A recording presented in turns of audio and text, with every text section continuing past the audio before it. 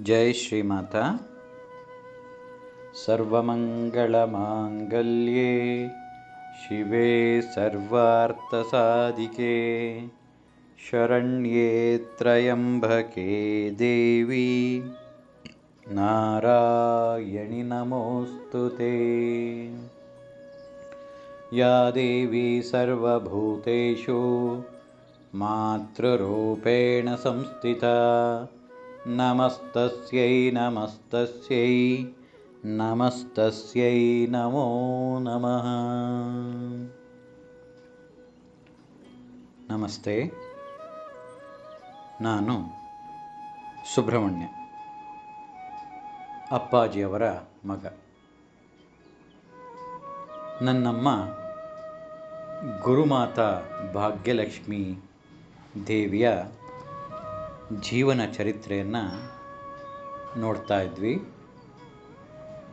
ಬಾಲ್ಯಾವಸ್ಥೆಯಿಂದ ಪ್ರೌಢಾವಸ್ಥೆಯಲ್ಲಿ ಹೇಗೆ ಆ ಸಂಪರ್ಕಗಳಾಯಿತು, ಮಠ ಮಂದಿರಗಳಲ್ಲಿ ಪ್ರವಚನಗಳಲ್ಲಿ ನಡೆಯುತ್ತಿದ್ದಂತಹ ಕಾರ್ಯಕ್ರಮ, ಪ್ರವಚನ ಹಾಗೂ ಗುರುವಿನ ಚರಿತ್ರೆ, ಹೀಗೆ ಹೇಗೆ ಭಾಗ್ಯಮ್ಮನ ಮನದಲ್ಲಿ ತಳಮಳ ಉಂಟು ಮಾಡ್ತು ಅನ್ನೋದನ್ನ ನೋಡ್ತಾ ಇದ್ವಿ. ಹಾಗೆ ಅವರ ವಿದ್ಯಾಭ್ಯಾಸದಲ್ಲೂ ಕೂಡ ಅತ್ಯಂತ ಆಸಕ್ತಿಯನ್ನು ಹೊಂದಿದ್ರು. ವಿದ್ಯಾಭ್ಯಾಸವನ್ನು ಮುಂದುವರಿಸುತ್ತಾ BA ಡಿಗ್ರಿಯನ್ನು ಹೊಂದುತ್ತಾರೆ ಭಾಗ್ಯಮ್ಮ. ಬೆಂಗಳೂರಿನ ಮಹಾರಾಣಿ ಅಮ್ಮಣ್ಣಿ ಕಾಲೇಜಿನಲ್ಲಿ ಓದಿ BA ಡಿಗ್ರಿಯನ್ನು ಹೊಂದುತ್ತಾರೆ. ಆ ನಂತರ ಓದಾಯಿತು, ಯಾವುದಾರ ಕೆಲಸ ನೋಡೋಣ ಅಂತ ಇಂಗ್ಲೀಷು ಕನ್ನಡ ಟೈಪ್ ರೈಟಿಂಗ್ ಕ್ಲಾಸ್ಗಳನ್ನು ಹೋಗಿ ಕೆಲಸವನ್ನು ಹುಡುಕ್ತಾ ಇರ್ತಾರೆ. ಆ ಸಂದರ್ಭ ಆಗ ವಿವಾಹ ಯೋಗ ಉಂಟಾಗುತ್ತದೆ. ಹಾಗೆ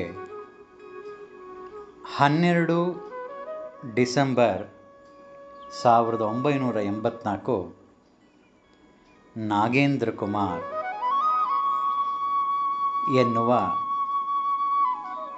ಚಿರ ಯುವಕನ ಜೊತೆ ಮದುವೆ ಆಗತ್ತೆ.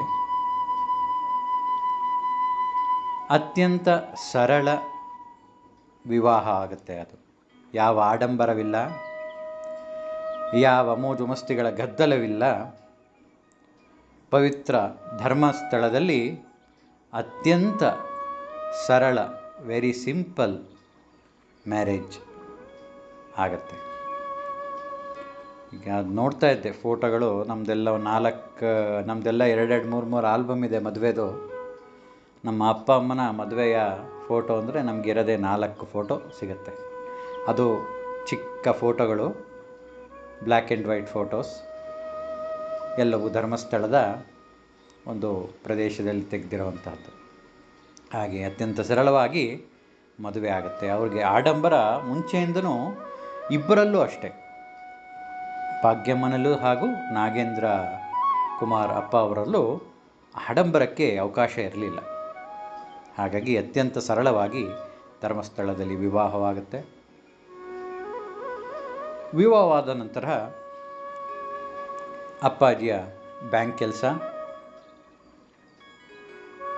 ಅವರು ಆ ಸಮಯದಲ್ಲಿ ಹುಲಿಕಲ್ ಎಂಬ ಗ್ರಾಮದಲ್ಲಿ ಇದ್ದರು. ಅಲ್ಲಿ ಹೇಗಿತ್ತಪ್ಪ ಅಂದರೆ, ಸಣ್ಣದಾದಂತಹ ಒಂದು ಬ್ರ್ಯಾಂಚ್, ಆ ಬ್ರ್ಯಾಂಚಿನ ಅಟ್ಯಾಚ್ ಆಗಿರುವಂಗೆ ಒಂದು ಪುಟ್ಟ ಮನೆ, ಅದು ಮ್ಯಾನೇಜರ್ಗೆ ಅಂತ ಮಾಡಿತ್ತು. ಅಲ್ಲೇ ವಾಸ. ಹೀಗೆ ನಡೀತಾ ಇರಬೇಕಾದ್ರೆ ಭಾಗ್ಯಮ್ಮ ಗರ್ಭಾವತಿ ಆಗ್ತಾರೆ, ಗರ್ಭವನ್ನು ಧರಿಸ್ತಾರೆ. ಅದೇ ಹೊತ್ತಿಗೆ ವಿಧಾನಸೌಧದ ಸೆಕ್ರೆಟ್ರಿಯೇಟ್ ಆಫೀಸಿಂದ ಅವರಿಗೆ ಜಾಬ್ ಆಫರ್ ಕೂಡ ಬರುತ್ತೆ. ಅತ್ಯಂತ ಒಳ್ಳೆಯ ಪೋಸ್ಟ್ ಅದು, ಅತ್ಯಂತ ಉನ್ನತ ರೀತಿಯ ಉದ್ಯೋಗ ಪೋಸ್ಟ್ ಅದು. ಆಗ ನಾಗೇಂದ್ರ ಅಪ್ಪರವರ ಜೊತೆ ಮಾತಾಡ್ತಾರೆ, ಹೀಗೆ ಬಂದಿದೆ ಅತ್ಯಂತ ಉನ್ನತಿಯಾದಂತಹ ಪೋಸ್ಟ್. ಹೌದಾ, ತುಂಬ ಸಂತೋಷ, ಏನು ಮಾಡೋಣ ಅಂತಿದೆಯಾ? ಅದಕ್ಕೆ ಭಾಗ್ಯಮ್ಮ ಒಂದೇ ಉತ್ತರ ಕೊಡ್ತಾರೆ, ನೀವಿರೋದು ಬ್ಯಾಂಕ್ ಕೆಲಸದಲ್ಲಿ 3 ವರ್ಷಕ್ಕೂ ಟ್ರಾನ್ಸ್ಫರ್ ಆಗ್ತಾ ಇರುತ್ತೆ. ನಾನು ಆ ಕೆಲಸ ಮಾಡಬೇಕು ಅಂದರೆ ನಾನು ಯಾವಾಗಲೂ ಸದಾ ಬೆಂಗಳೂರಲ್ಲೇ ಇರಬೇಕಾಗತ್ತೆ. ಸೊ ನೀವೊಂದು ಕಡೆ ನಾನೊಂದು ಕಡೆ, ಮಕ್ಕಳು ವಿದ್ಯಾಭ್ಯಾಸ, ಅವರ ಮುಂದಿನ ಭವಿಷ್ಯ ಹೇಗೆ? ಸೊ ಹಾಗಾಗಿ ನಾ ಈ ಕೆಲಸಕ್ಕೆ ಹೋಗ್ತಾ ಇಲ್ಲ ರೀ ಅಂತ ಹೇಳ್ತಾರೆ. ಅಲ್ಲಮ್ಮ, ಇಷ್ಟು ಒಳ್ಳೆ ಉದ್ಯೋಗ, ಇರಲಿ ನೋಡೋಣ. ಈಗಿನ ಸಂದರ್ಭದಲ್ಲಿ ಸಂಸಾರ ಅತ್ಯಂತ ಮುಖ್ಯ ನನಗೆ ಈಗ. ಏಕೆಂದರೆ ನೀವೊಂದು ಕಡೆ ನಾನೊಂದು ಕಡೆ ದುಡಿದು ಯಾವ ಸಂಸಾರ ಮಾಡಬೇಕಾಗಿದೆ? ನಿಮಗೆ ಬರ್ತಿರೋ ಸಂಬಳ ನನಗೆ ಅತ್ಯಂತ ಸಂತೋಷವಾಗಿದೆ, ಸಾಕು. ಹಾಗಾಗಿ ಮುಂದೆ ನಮ್ಮ ಮಕ್ಕಳ ಭವಿಷ್ಯ ನಾವೊಂದು ಕಡೆ ನೀವೊಂದು ಕಡೆ ಇದ್ದರೆ ತುಂಬ ಅತಂತ್ರವಾಗುವ ಪರಿಸ್ಥಿತಿ ಉಂಟಾಗ್ಬೋದು. ಹಾಗಾಗಿ ನಾ ಕೆಲಸಕ್ಕೆ ಹೋಗಲ್ಲ ಅಂತ ಹೇಳ್ತಾರೆ. ಇಲ್ಲಿ ಗಮನಿಸಬೇಕಾದ್ದು, ಸಂಸಾರದ ಮಕ್ಕಳ ಜವಾಬ್ದಾರಿಯ ಹೊತ್ತಂತಹ ಒಂದು ಮಹಿಳೆ ಯಾವ ರೀತಿ ಆ ಡಿಸಿಷನ್ನ ತಗೋತಾಳೆ ಅಂತ, ಯಾವುದಕ್ಕೆ ಪ್ರಯಾರಿಟಿ ಕೊಡ್ತಾಳೆ. ದುಡ್ಡು, ಉದ್ಯೋಗ ಅಂತೆಲ್ಲ ಬಂದಾಗ ಯಾರ ಜೊತೆ ನಿಲ್ಲಬೇಕಾಗ್ತದೆ.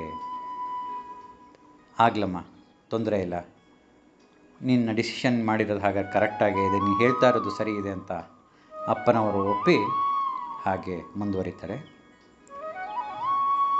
ಸೊ ಆಗ ಗರ್ಭಧಾರಣೆಯಲ್ಲಿದ್ದಂಥ ಸಮಯದಲ್ಲಿ ಭಾಗ್ಯಮ್ಮನವರಿಗೆ ಅತ್ಯಂತ ಸರ್ಪಗಳ ಒಂದು ಕನಸುಗಳು ಬೀಳ್ತಾ ಇರುತ್ತೆ. ಗರ್ಭಧಾರಣೆ ಆಗಿದ್ದಾಗ ಯಾವಾಗಲೂ ಕನಸಿನಲ್ಲಿ ನಾಗರ ಹಾವು. ಒಮ್ಮೆ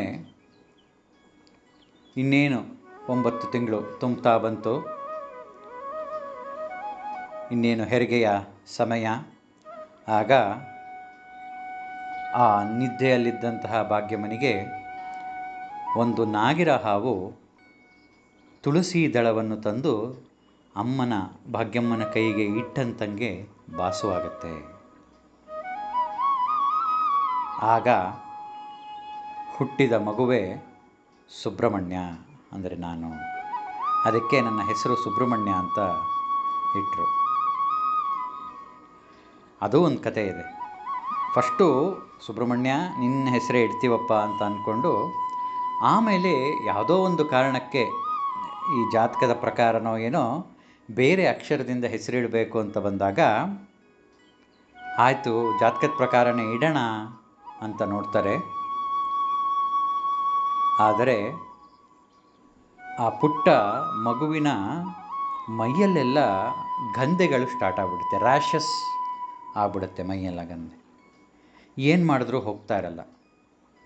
ಕೊನೆಗೆ ಕುಕ್ಕೆ ಸುಬ್ರಹ್ಮಣ್ಯನನ್ನು ಹರಸ್ಕೊಂಡು, ತಪ್ಪಾಯ್ತಪ್ಪ, ನಿನ್ನ ಹೆಸರನ್ನೇ ಇಡ್ತೀವಿ ಅಂತ ಮುತ್ತಿಗೆ ಅಂತ ಕಳಿತೀವಿ. ಅದು ಹುತ್ತಿಗೆ ಮಣ್ಣು, ಹುತ್ತ ಇರುತ್ತಲ್ಲ, ಹುತ್ತದ ಮಣ್ಣಿಗೆ ಮುತ್ತಿಗೆ ಅಂತ ಕರಿ. ಆ ಮುತ್ತಿಗೆಯನ್ನು ತಂದು ಮೈಯೆಲ್ಲ ಹಚ್ಚಿ ಸೌರದ ಮೇಲೆ ನಿನ್ನ ಹೆಸರೇ ಇಡ್ತೀವಿ ಅಂತ ಅಂದ್ಕೊಂಡ್ಮೇಲೆ ಎಲ್ಲವೂ ಅದೆಲ್ಲ ಶಮನವಾಗುತ್ತೆ. ಹಾಗೆ ಅಲ್ಲಿಂದ ಪ್ರಾರಂಭ ಆಗುತ್ತೆ ಸುಬ್ರಹ್ಮಣ್ಯನ ನಂಟು. ಸುಬ್ರಹ್ಮಣ್ಯ ಆ ಭಗವಂತನ ನಂಟು ಅಲ್ಲಿಂದ ಸ್ಟಾರ್ಟ್ ಆಗುತ್ತೆ. ಅಲ್ಲಿಂದ ಅಮ್ಮ ನಾಗಾರಾಧನೆ, ಅಂದರೆ ಸುಬ್ರಹ್ಮಣ್ಯನ ಆರಾಧನೆಯಲ್ಲಿ ಅತ್ಯಂತ ವಿಶೇಷ ಆಸಕ್ತಿಯನ್ನು ಹೊಂದುತ್ತಾರೆ. ಸುಬ್ರಹ್ಮಣ್ಯನ ಜನನವಾಗುತ್ತೆ. ಆ ಮಗುವಿಗೆ ಸುಬ್ರಹ್ಮಣ್ಯ ಅಂತಲೇ ಹೆಸರಿಡ್ತೀವಿ ಅಂತ ಹೇಳ್ಕೊಂಡ್ಮೇಲೆ ಎಲ್ಲವೂ ಆನಂದವಾಗಿ ಆ ಮಗು ಆರೋಗ್ಯವಾಗಿ ಬೆಳೆಯುತ್ತೆ. ಸೊ ಹಾಗಾಗಿ ಅವನಿಗೆ ಸುಬ್ರಹ್ಮಣ್ಯ, ಅವನೇ ನಾನು. ಹೀಗೆ ನಡೀತಾ ಇರಬೇಕಾದ್ರೆ ಬ್ಯಾಂಕಲ್ಲಿ ಕೆಲಸ, ಮತ್ತು ಒಂದು ಬೇರೆಯ ಸ್ಥಳಕ್ಕೆ ವರ್ಗಾವಣೆ ಆಗುತ್ತೆ. ಆ ಸ್ಥಳ ಬೀಚನಹಳ್ಳಿ ಅಂತ, HD ದೇವನಕೋಟೆ ಹತ್ರ, ಅದು ಕಬಿನಿ ಡ್ಯಾಮ್ ಇದೆಯಲ್ಲ ಆ ಸ್ಥಳ ಬೀಚನಹಳ್ಳಿ, ಅಲ್ಲಿಗೆ ವರ್ಗಾವಣೆ ಆಗುತ್ತೆ ಅಪ್ಪಗೆ. ಅಲ್ಲೂ ಒಂದು ವಿಶೇಷ, ನಮಗೆ ಅಲ್ಲಿ ಒಂದು ಮನೆ ಸಿಗುತ್ತೆ ಬೀಚನಹಳ್ಳಿಲಿ, ಅತ್ಯಂತ ಸ್ವಲ್ಪ ಚೆನ್ನಾಗಿರುವ ದೊಡ್ಡ ಮನೆ, ಆದರೆ ಹಳೆಯದು, ಹಂಚಿನ ಮನೆ. ಆ ಸುತ್ತ ಕಾಂಪೌಂಡು ಥರ ಇರಲಿಲ್ಲ, ಈಗಿನ ಥರ ಸಿಮೆಂಟ್ ಕಾಂಪೌಂಡ್ ಇರಲಿಲ್ಲ, ಬೇಲಿ ಅಂತ ಕಟ್ತಾಯಿದ್ರು. ಅಂದರೆ ಗಿಡಗಳನ್ನು ಬೆಳೆಸಿ ಆ ಕಾಂಪೌಂಡ್ ಥರ ಕಾಣೋದು. ಆ ಕಾಂಪೌಂಡಿಗೆ ಅಟ್ಯಾಚ್ ಆಗಿರುವಂಗೆ, ಆ ಬೇಲಿಗೆ ಅಟ್ಯಾಚ್ ಆಗಿರುವಂಗೆ ಅತ್ಯಂತ ಎತ್ತರದ 4 ಅಡಿಯ ಹುತ್ತ ಇತ್ತು. ಬರೀ ಹುತ್ತ ಇದ್ದಿದ್ದಷ್ಟೇ ಅಲ್ಲ, ಅಲ್ಲಿ ಹಾವುಗಳು ಕೂಡ ವಾಸವಾಗಿತ್ತಲ್ಲಿ. ಆ ಮನೆಯಲ್ಲೇ ನಾವು ಇದ್ದಿದ್ದು. ಆ ಸಮಯದಲ್ಲೇ ಇನ್ನೊಂದು ಗರ್ಭಧಾರಣೆ ಆಗುತ್ತೆ.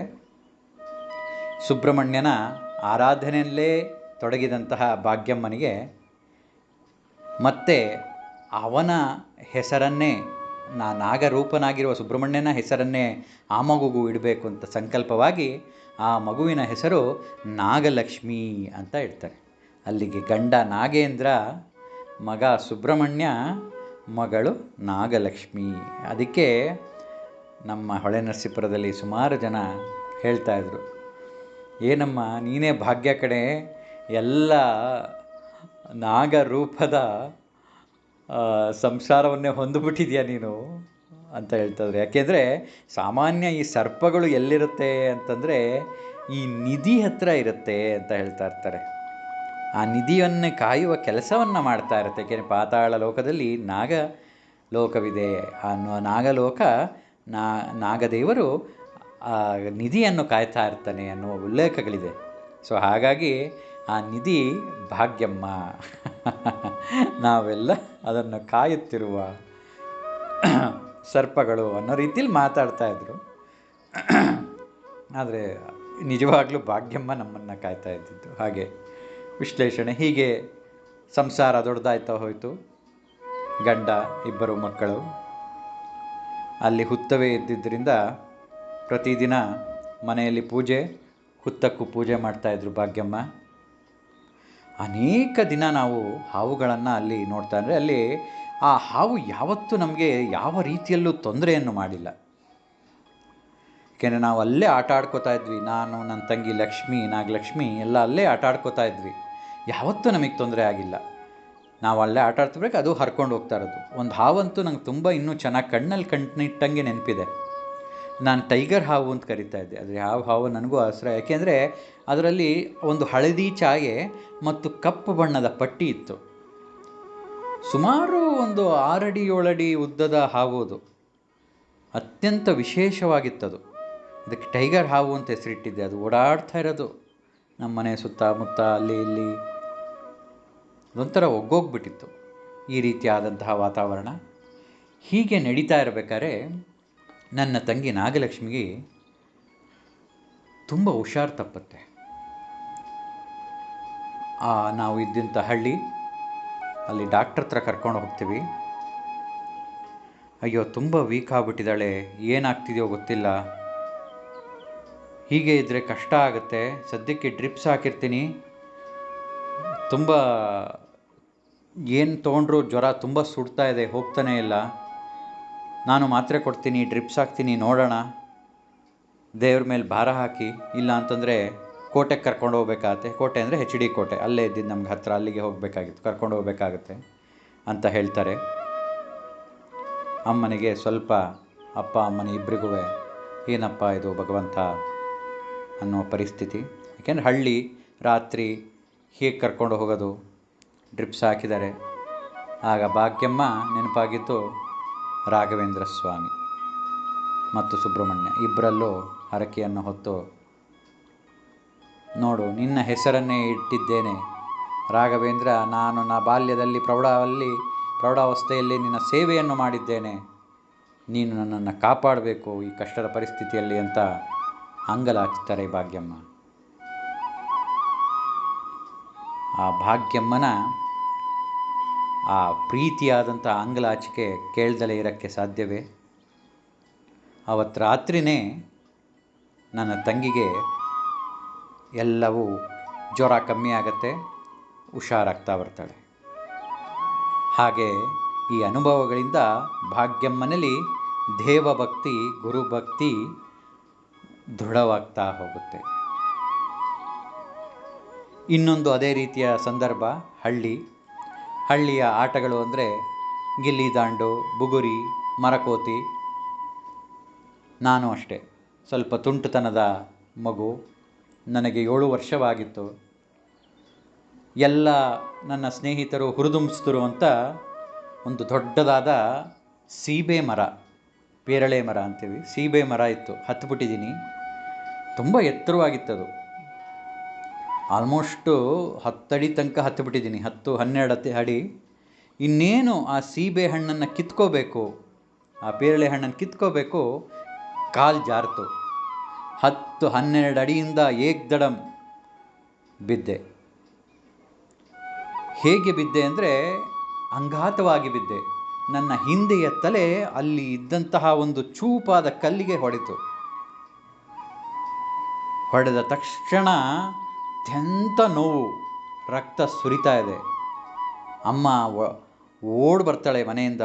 ನಮ್ಮ ಸ್ನೇಹಿತರು ಕರ್ಕೊಂಬರ್ತಾರೆ, ಹಿಂಗೆ ಬಿದ್ದುಬಿಟ್ಟಿದ್ದಾನೆ ಸುಬ್ರಹ್ಮಣ್ಯ ಅಂತ ಓಡಿ ಬರ್ತಾಳೆ. ಆಗ ತಕ್ಷಣ ಅಲ್ಲಿ ಸಣ್ಣ ಕ್ಲಿನಿಕ್ ಇದೆ, ಅಲ್ಲಿಗೆ ಕರ್ಕೊಂಡು ಹೋಗಿ ತೋರಿಸ್ತಾರೆ. ಹೌದಮ್ಮ, ಹಿಂದೆ ಭಾರಿ ಏಟು ಬಿದ್ದುಬಿಟ್ಟಿದೆ. ಅಯ್ಯೋ, ಆದರೂ ತಲೆಗೆ ಬಿಟ್ಬಿಟ್ಟಿದೆ ಏಟು, ಏನಾಗುತ್ತೋ ಏನೋ, ಸ್ಕ್ಯಾನ್ಗಳೆಲ್ಲ ಮಾಡಬೇಕು, ನೋಡೋಣ. ಇವತ್ತೊಂದು ಪೇಯ್ನ್ ಕಿಲ್ಲರ್ ಥರ ಯಾವ್ದಾರ ಒಂದು ಮಾತ್ರೆ ಕೊಡ್ತೀನಿ, ಸರಿ ಹೋಗ್ಬೋದು. ಅವ್ನಿಗೇನಾರ ತಲೆನೋವು ಅಥವಾ ಕಣ್ಣು ದೃಷ್ಟಿ ಏನಾರ ಸರಿ ಹೋಗಿ ಕಾಣ್ತಾ ಇಲ್ಲದೆ ಇರೋದು, ಕೇಳ್ತಾ ಇಲ್ಲದೆ ಇರೋದು, ಆ ಥರ ಏನಾರು ಆದಾಗ ಇಮ್ಮಿಡಿಯೇಟಾಗಿ ಮತ್ತೆ ದೊಡ್ಡ ಆಸ್ಪತ್ರೆಗೆ ಕರ್ಕೊಂಡು ಹೋಗ್ಬೇಕಾಗತ್ತೆ, ಸ್ಕ್ಯಾನ್ಗಳನ್ನ ಮಾಡಬೇಕಾಗತ್ತೆ. ಏಕೆಂದರೆ ಇದು ತಲೆ ತುಂಬ ಸೂಕ್ಷ್ಮವಾದ ಸ್ಥಳ. ಮೆದುಳಿಗೆ ಏನಾರ ಒಂದು ಇದಾಗ್ಬಿಟ್ಟಿದ್ರೆ ಕಷ್ಟ, ಯಾಕೆಂದರೆ ತುಂಬ ಸ್ವಲ್ಪ ರಕ್ತನೂ ಇದಾಗಿದೆ ಅಂತ ಹೇಳಿ ಮಾತ್ರೆಗಳನ್ನ ಕೊಟ್ಟು ಒಂದು ಆಯಿಂಟ್ಮೆಂಟು ಅದು ಇದು ಮಾಡಿದ ತಕ್ಷಣ ಒಂದು ಬ್ಯಾಂಡೇಜನ್ನೆಲ್ಲ ಮಾಡ್ತಾರೆ. ಮತ್ತು ಭಾಗ್ಯಲಕ್ಷ್ಮಿ ಸುಬ್ರಹ್ಮಣ್ಯ ಹಾಗೂ ರಾಘವೇಂದ್ರ ಸ್ವಾಮಿಯ ಮೋರೆ ಹೋಗ್ತಾಳೆ. ಆ ಬ್ಯಾಂಡೇಜನ್ನು ತೆಗೆದು ಸುಬ್ರಹ್ಮಣ್ಯ ಅಷ್ಟೋತ್ರ ಹೇಳ್ತಾ ಆ ಅರಿಶಿಣದಲ್ಲಿ ನನಗೆ ಗಾಯ ಆಗಿದ್ದ ಸ್ಥಳಕ್ಕೆ ಅರಿಶಿಣವನ್ನು ಹಚ್ತಾ ಇದ್ದಾಳೆ. ಆ ಸುಬ್ರಹ್ಮಣ್ಯ ಸ್ತೋತ್ರ ಹೇಳ್ತಾ ಹೇಳ್ತಾ ಹಚ್ತಾ ಇದ್ದಾಳೆ. ನನಗೆ ಹಾಗೆ ಅವತ್ತು ನಿದ್ದೆ ಬಂದ್ಬಿಟ್ಟಿದೆ. ಬೆಳಗ್ಗೆ ಎಚ್ಚರವಾಗುತ್ತೆ. ಅತ್ಯಂತ ನೋವಿಂದ ಮಲಗಿದ್ದು ನಾನು. ಬೆಳಗ್ಗೆ ಎದ್ದು ನೋಡಿದ್ರೆ ತಲೆನೋವು ಆಲ್ಮೋಸ್ಟ್ ಕಮ್ಮಿ ಆಗ್ಬಿಟ್ಟಿದೆ. ಚೆನ್ನಾಗಿ ಕಣ್ಣು ಕಾಣ್ತಾ ಇದೆ, ಕಿವಿ ಕೂಡ ಕೇಳ್ತಾ ಇದೆ. ಯಾವ ರೀತಿಯ ಸನ್ನೆಗಳು ಅಂದರೆ ಏನೋ ಆಗಿದೆ ಅನ್ನುವ ಯಾವ ಸೂಚನೆಗಳು ಇಲ್ಲ. ಅಲ್ಲಿಗೆ ಭಾಗ್ಯಮ್ಮ ಒಂದು ನಿಟ್ಟುಸಿರನ್ನು ಬಿಡ್ತಾಳೆ. ಅಪ್ಪ, ಮತ್ತೆ ಉಳಿಸ್ಕೊಟ್ಬಿಟ್ಟೆ ನನ್ನ ಮಗನ. ಏಕೆಂದರೆ ಏನಾಗುತ್ತೋ ಏನೋ ಹೇಳೋಕ್ಕಾಗಲ್ಲ. ಯಾಕೆಂದರೆ ತಲೆಗೆ ಬಿದ್ದಿರೋದು, ತಲೆನೋವು ಬಂದರೆ ಮತ್ತೆ ಇಮ್ಮಿಡಿಯೇಟಾಗಿ ಆಸ್ಪತ್ರೆಗೆ ಕರ್ಕೊಂಡು ಹೋಗಬೇಕು, ಮತ್ತು ಇನ್ನು ಸ್ಕ್ಯಾನು, ಏನಾಗುತ್ತೋ ಅದು ಬ್ರೈನ್ದು ವಿಚಾರ ಅಂತ. ಹೀಗೆ ಆ ಗಾಯ ವಾಸಿ ಆಗುವವರೆಗೂ ಆ ಅರಿಶಿಣ ತಗೊಂಡು ಸುಬ್ರಹ್ಮಣ್ಯನ ಸ್ತೋತ್ರ ಹೇಳಿ ನನಗೆ ಗಾಯಕ್ಕೆ ಹಚ್ತಾ ಇರ್ತಾಳೆ. ಯಾವ ಸ್ಕ್ಯಾನೂ ಮಾಡಿಸ್ಲಿಲ್ಲ, ಯಾವ ದೊಡ್ಡ ಆಸ್ಪತ್ರೆಗೂ ಹೋಗಲಿಲ್ಲ, ಯಾವ ಪೇಯ್ನ್ ಕಿಲ್ಲರನ್ನು ತಗೊಳ್ಳಿಲ್ಲ, ವಾಸಿಯಾಗತ್ತೆ. ಇವತ್ತು ಕೂಡ ಇಲ್ಲಿ ಕೂತ್ಕೊಂಡು ಮಾತಾಡ್ತಾ ಇದ್ದೀನಿ, ಸ್ಫುರಣೆಯಲ್ಲಿದ್ದೀನಿ ಅಂದರೆ ಅದಕ್ಕೆ ಭಾಗ್ಯಮ್ಮನ ಭಕ್ತಿಯೇ ಕಾರಣ. ಹಾಗೆ ಅವರ ಹೆಚ್ಚು ಹೆಚ್ಚು ಭಕ್ತಿ ಪ್ರಧಾನವಾದಂತಹ ಕೆಲಸಗಳು ಇನ್ನೂ ಮುಂದುವರಿತಾ ಹೋಗುತ್ತೆ. ಅವರ ಭಕ್ತಿ ಗುರುವಿನಲ್ಲಿ, ಆ ಗುರು ರಾಘವೇಂದ್ರ ಸ್ವಾಮಿಯಲ್ಲಿ ದೃಢತೆ ಇನ್ನೂ ಹೆಚ್ಚಾಗ್ತಾ ಹೋಗುತ್ತೆ. ದೇವಸ್ವರೂಪಿಯಾದ ಗುರು ಇಷ್ಟೆಲ್ಲ ಮಾಡ್ತಾ ಇರುವಾಗ ನಿಜವಾಗಲೂ ಈ ಕಾಲದಲ್ಲೂ ಇಂಥ ಗುರುಗಳು ಇರ್ತಾರಾ ಅನ್ನುವ ಕ್ವಶ್ಚನ್ನು ಅವರಿಗೆ ಉಂಟಾಗಿರುತ್ತೆ. ಇಲ್ಲಿಗೆ ಇವತ್ತು ನಿಲ್ಲಿಸ್ಕೊಂಡು ಅವರು ಮುಂದಿನ ಜೀವನದಲ್ಲಿ ನಡೆದಂತಹ ಘಟನೆಗಳನ್ನು ವಿವರಿಸ್ತಾ ಹೋಗ್ತೀನಿ. ಗುರುಮಾತಾ ಗುರುಮಾತಾ ಜಯ ಜಯ ಜಯ ಜಯ ಶ್ರೀಮಾತಾ ಶ್ರೀಮಾತಾ ಶ್ರೀಮಾತಾ ಜಯ ಜಯ ಜಯ ಜಯ ಗುರುಮಾತಾ. ಜೈ ಗುರುದೇವ ದತ್ತ. ಜೈ ಶ್ರೀಮಾತಾ ಜೈ ಶ್ರೀಮಾತಾ ಜೈ ಶ್ರೀಮಾತಾ.